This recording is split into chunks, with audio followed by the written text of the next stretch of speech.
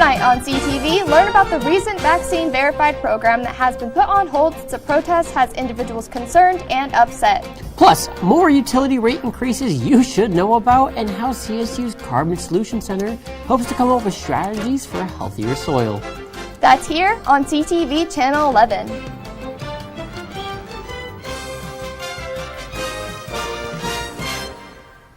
Good evening, Rams, and welcome to the Thursday Night News Show. I'm Morgan Gardner. And I'm Weston Hubbard. On Monday, November 1st, hundreds of people gathered up in Fort Collins and formed a protest against vaccine mandates and related issues. The protest comes in the wake of Larimer County's Vaccine Verified Facility and Event Program, which would allow businesses to open for specific hours to only vaccinated individuals and could be helped only if they were not wearing a mask. While this wasn't optional for businesses, protesters fear that this would lead to bigger issues and possibly to a vaccine passport eventually. Following the protest, CTV took to the campus to ask students their opinions on the matter.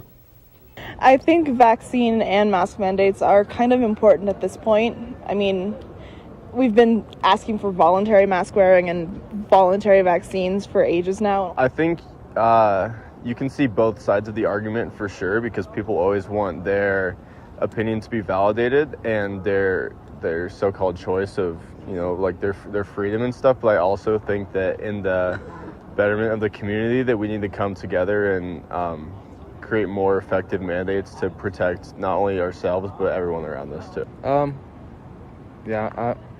don't know. I don't know. I think the vaccine mandate is a good thing, so. As of now, Larimer County has put a pause on the vaccine verified program in an effort to hear more feedback from individuals in the county. This past week, we saw the state of Colorado enter another election, with results pouring in at a state, county, and citywide level. Larimer County mirrored the state of Colorado pretty well, with the majority of voters turning out blue and a handful of purple and red sprinkled within. In Larimer County, after a tense ballot full of possible tax increases, it looks as though there may actually be none that come to fruition.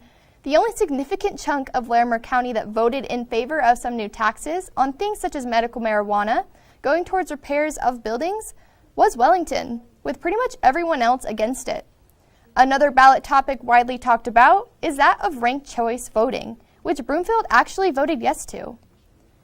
Fort Collins has long been talked about trying to pass ranked choice voting, and with neighboring areas turning towards the system, it may become a possibility now more than ever. The JONELLE Matthews case has been developing since we last talked about it a few weeks ago, with Steve Pankey, the man accused of murdering then 12-year-old JONELLE Matthews, taking the stand. For a recap, Pankey was arrested after he made claims to his ex-wife that he was responsible for the murder of Matthews. He has since stated on stand that he was saying those statements, quote, out of bitterness, end quote, for no reason at all. As of 3:30 on Tuesday, November 2nd, the jury was still deliberating on the case, but now they have come to reach a verdict. They have found him guilty of a mistrial. Fort Collins City Council approved a 2% electricity rate increase for 2022, along with several development fees increases for Fort Collins utilities. The electricity rate increase will add $1.56 to the average residential customer's monthly electricity bill, going from just $78 to $79 per month. Additionally, City Council also gave the okay to 4 utility fee increases: electronic capacity, water investment, wastewater plant investment, and stormwater investment fees. These new charges at an average of 3.5 will apply to new construction and increased demand for electricity and utility services. For more information regarding the tax increases, refer to fc.gov/council. November is Native American History Month, and CSU's Native American Cultural Center kicked off the celebration with a keynote talk featuring poet and novelist Joshua Whitehead. And similar events will be taking place throughout November. One's currently going on at the Foundry Dining Hall on campus. The Indigenous Kitchen series features foods indigenous to North America, including carved sumac smoked turkey breasts, pumpkin soup, and huckleberry ice cream, among others. For more information about other events that will be going on during this month of November, visit nacc.colostate.edu. Demolition on the southern wing of the Poudre Valley Hospital has begun. Containment walls are up and construction crews are on site.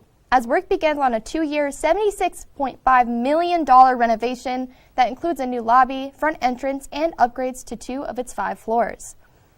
The renovation includes a cardiac care center with a new heart and vascular clinic, as well as revamped surgical imaging and preliminary heart areas. As part of the project, the gift shop and coffee shop will be moved, and birthing suites that haven't been renovated in 20 years will be upgraded on the 3rd floor, along with pediatric care areas.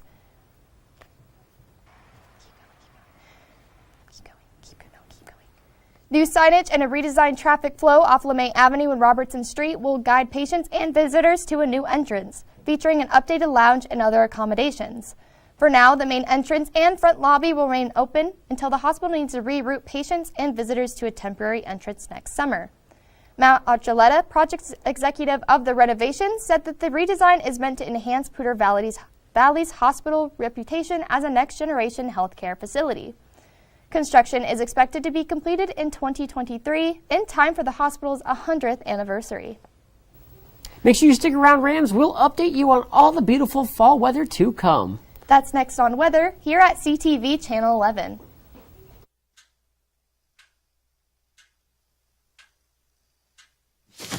Awkward. Do I look familiar? I should. You might remember me from here. Here.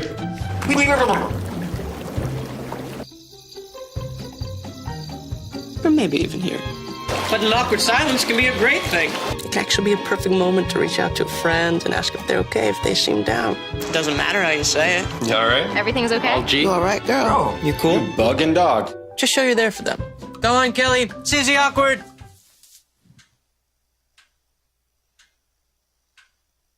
Hey, you haven't really been yourself lately. Are you okay? Find out how you can help a friend with their mental health at seizetheawkward.org.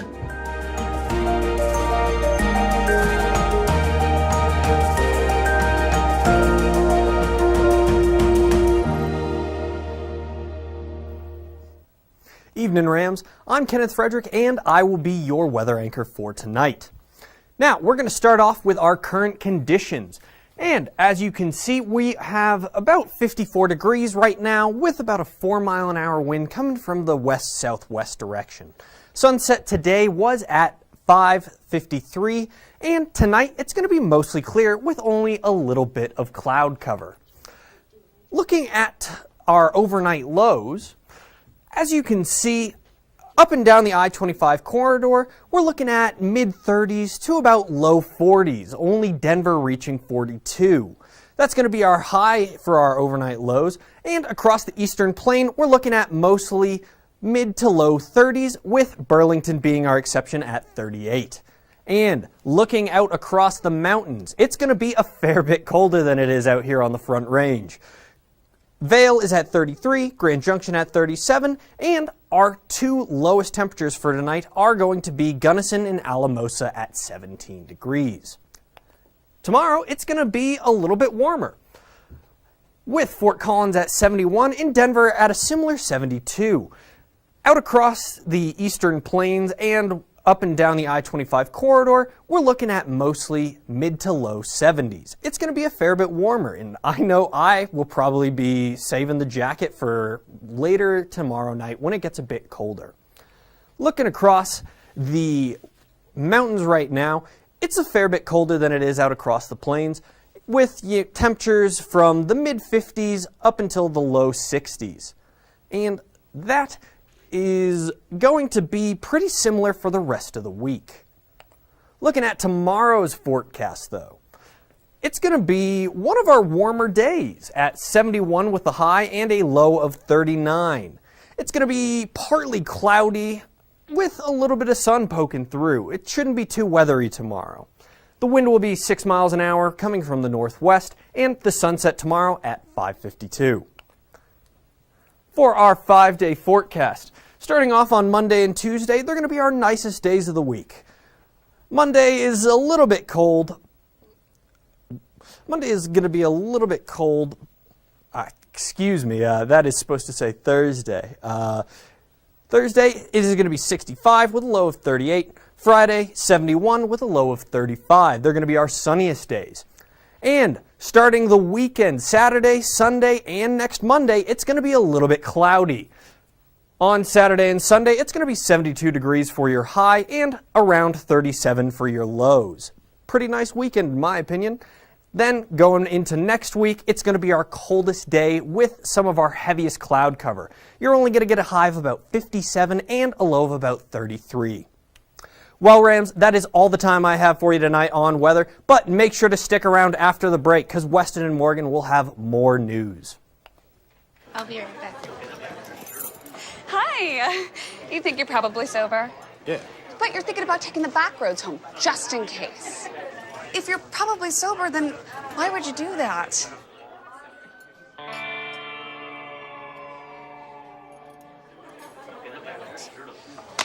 Good choice. Probably okay isn't okay. If you see a warning sign, stop and call a cab, a car, or a friend. That's a full glass of wine. I'll be chatting you later.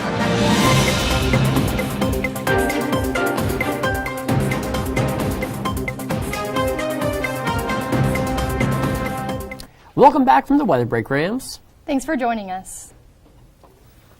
Colorado State University is working even harder towards becoming a more inclusive school every single day, with their latest change being one of the most notable this year so far. The school is changing the Office of the Vice President of Diversity to the Office of Inclusive Excellence.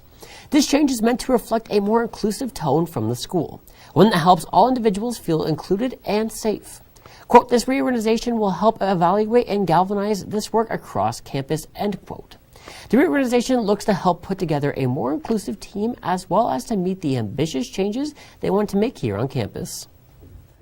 Over the last several months, a CSU research team has collaborated with Wardwell Climate Research Center on a Colorado-based project. It's aimed at helping managers understand and monitor the carbon balances across their grazed landscapes.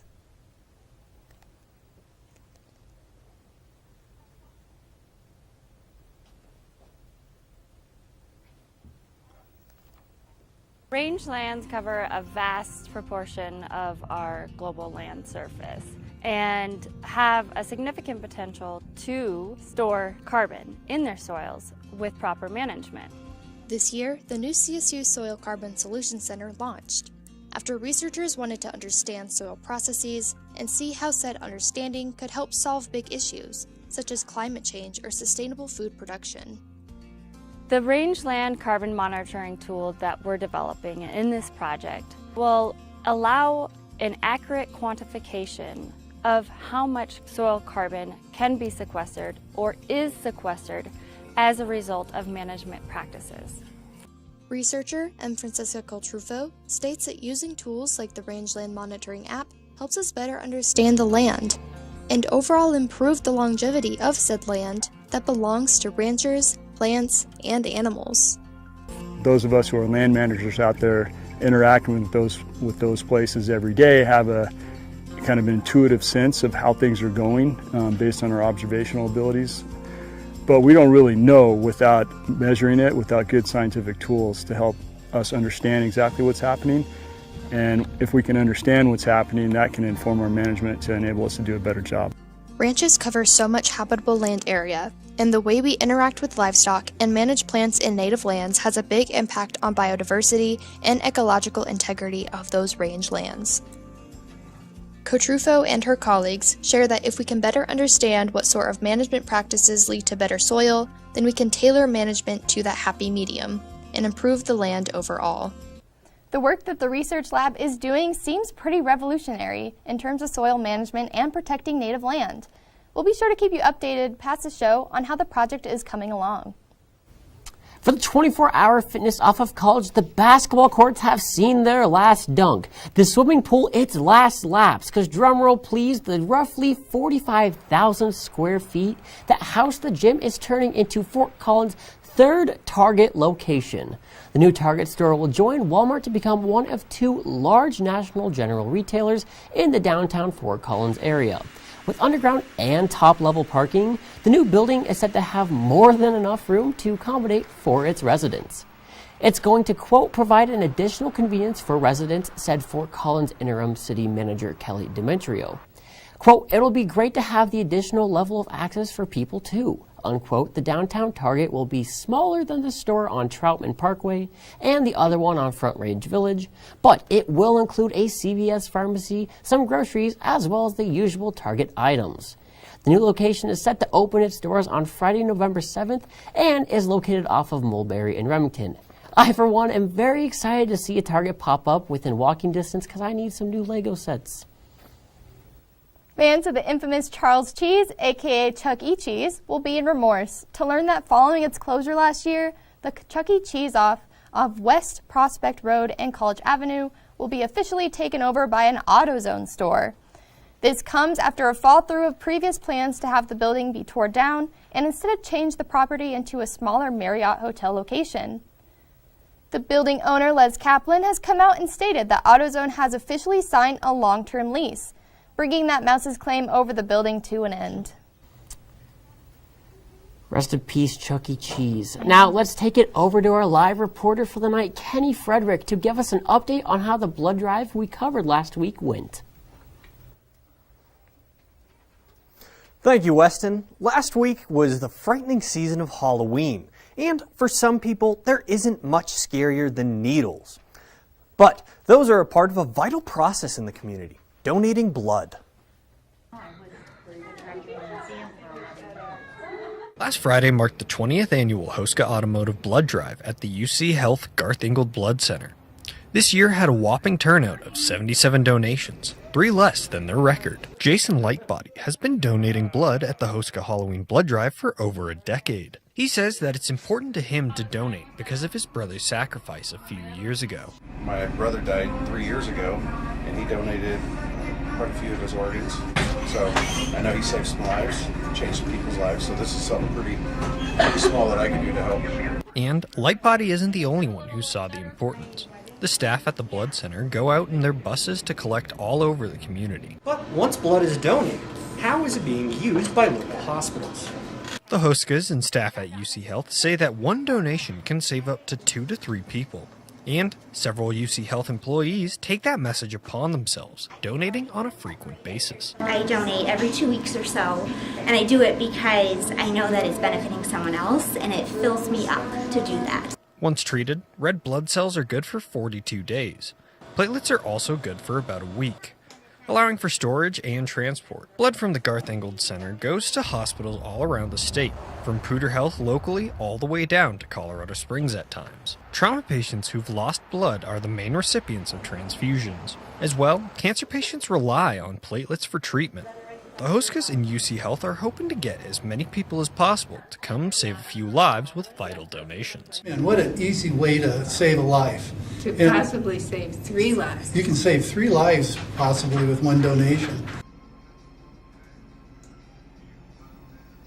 Other than Chicago Man easily becoming my new favorite superhero, it was great to see how local blood donations help out all around the state. Back to you both. A little woozy after that, but thank you, Kenny, you brave soul. Well, Rams, that is all the news we do have for you tonight. But stick around after the break for the latest on sports as Cameron Evig looks at the upcoming border wars. And later, Sophia Ellis checks out a waffle lab and art that you should not miss. Queen is just my everything. His smile did it. His smile, his eyes, his knowledge. My landlord, he decided that he wanted me to move based on the fact that I was transgender.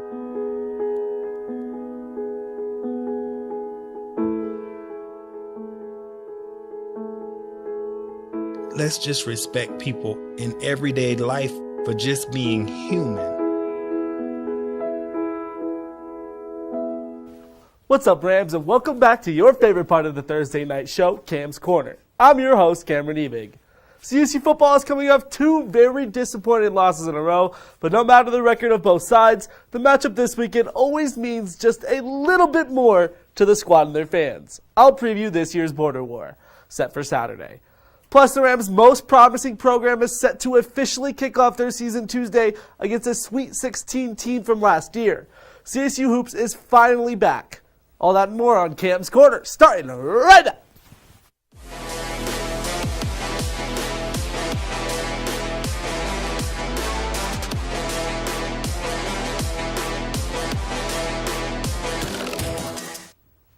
14-7 against Vanderbilt. 14-7 at Iowa. And 16-7 at home versus Boise State. These are all halftime leads that Colorado State had earned this season that eventually resulted in a loss. Meaning 3 out of the 5 CSU L's this year have come after holding an advantage at the intermission. Being a Ram fan is a lot like loving the Broncos. They have a lot of potential. They get your hopes up. And then they break your heart in the worst way. But what can make up for all that heartbreak? A dub. And besides beating the Buffs, there's no better victory for this program than the one against its border rivals to the north, Wyoming. With that in mind, the Rams travel to Laramie this weekend to play the Cowboys on 1:30 on Saturday afternoon for the 113th Border War. The battle for the Bronze Boot is always one of Colorado State's most anticipated games, and this year is no different. As I brushed upon earlier, CSU comes out into this one off another crushing L, this time at Canvas Stadium to Boise State. But like I mentioned, this team has a lot of potential. Tonson Teo is playing so much better, and Trey McBride has just been announced as a finalist for the John Mackey Award, which is given to the best tight end in college football. And at times, David Bailey has really looked like a true RB1. So what's the issue then? Now, I really want to keep roasting Steve Addazio so badly, but unfortunately I don't have time this week. So let's focus on the red zone offense instead. Hey, although I love my boy Caden Campers having an incredible year kicking for the Rams, it's not necessarily a good thing that he leads the entire nation in field goals per game. Now, it does mean we're getting 3 points on the board consistently, but it also means we're failing inside the 20 way too often. Addazio set it for 4 short field goals against Boise, and the struggle in the red zone with the best tight end in the country is interesting to say the least. Trey McBride only has 1 touchdown this year. 1! For a guy that doesn't drop anything, it seems like getting more than a single end-zone completion shouldn't be this difficult. And while David Bailey has been a force, 8 passing touchdowns in 8 games is not going to cut it. Whatever. And after all that, let's look at the opposition, the Cowboys. They had an impressive start to their season, 4-0. But quickly had a reality check when conference play started. Going winless since, including a really bad loss to New Mexico at home. Wyoming hasn't exactly given their fans too much to be excited through this rough patch, but their silver lining has to be running back Xavier Valadez.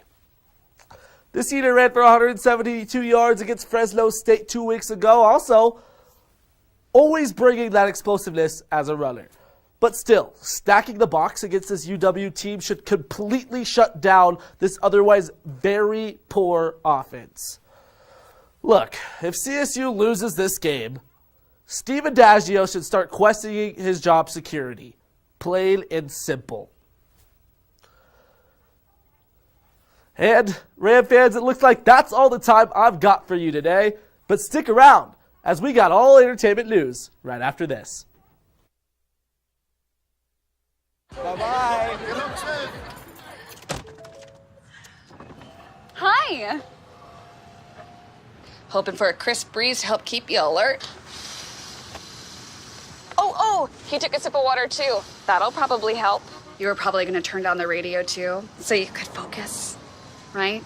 Probably okay isn't okay. Right. If you see a warning sign, stop and call a cab, a car, or a friend. I think the water line is what really drove it home. I blew on him.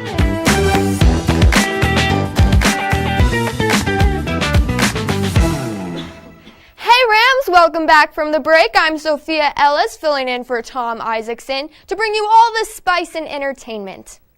Speaking of spice, is it really an entertainment show if we don't mention food?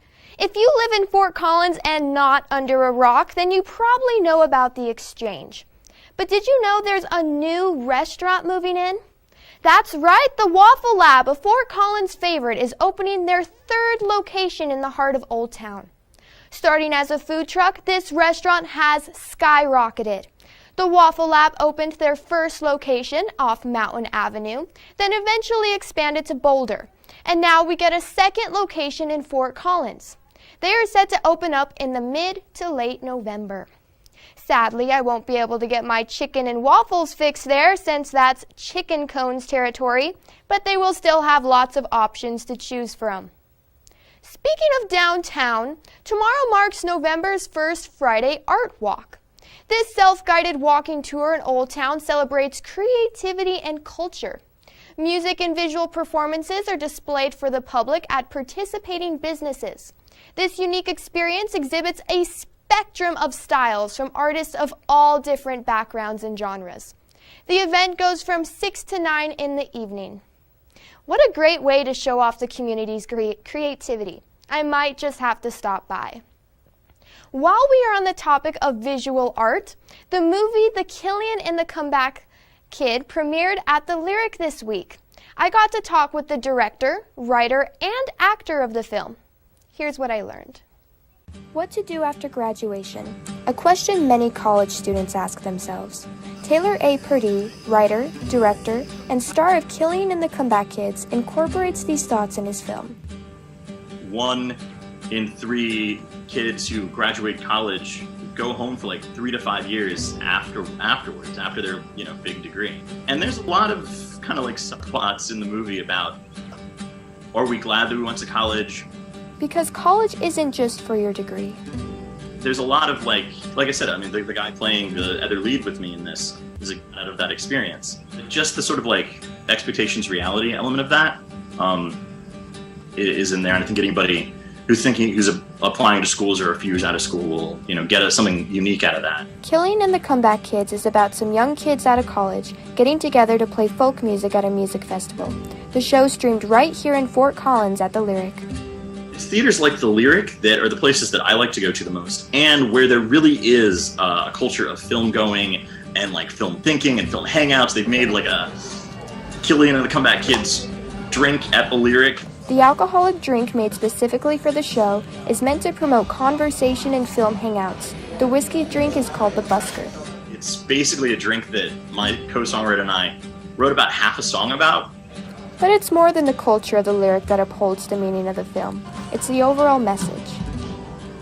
I hope that more people kind of in that like deciding what to do with your life bracket get to see this, because it's some stuff I wish that I'd said to myself in the past.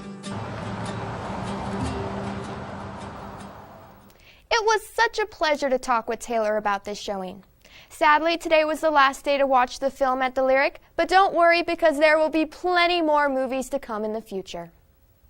Fort Collins seems to have an unending amount of creativity, and it's no surprise, especially with places like Extra Arts and Drafts. This local shop combines arts and crafts with cocktails and beers. The store had a soft opening earlier this year and has continued to expand in the community. You can do many different crafts here, like stitching leather keychains, making wood-burning designs, and creating jewelry. All this and you get your favorite drink? It's no wonder they are so popular. Well, Rams, that's all the entertainment news I've got for you tonight, but don't stress because CTV will be back on Monday to update you on all things sports. Stay safe and have a great night.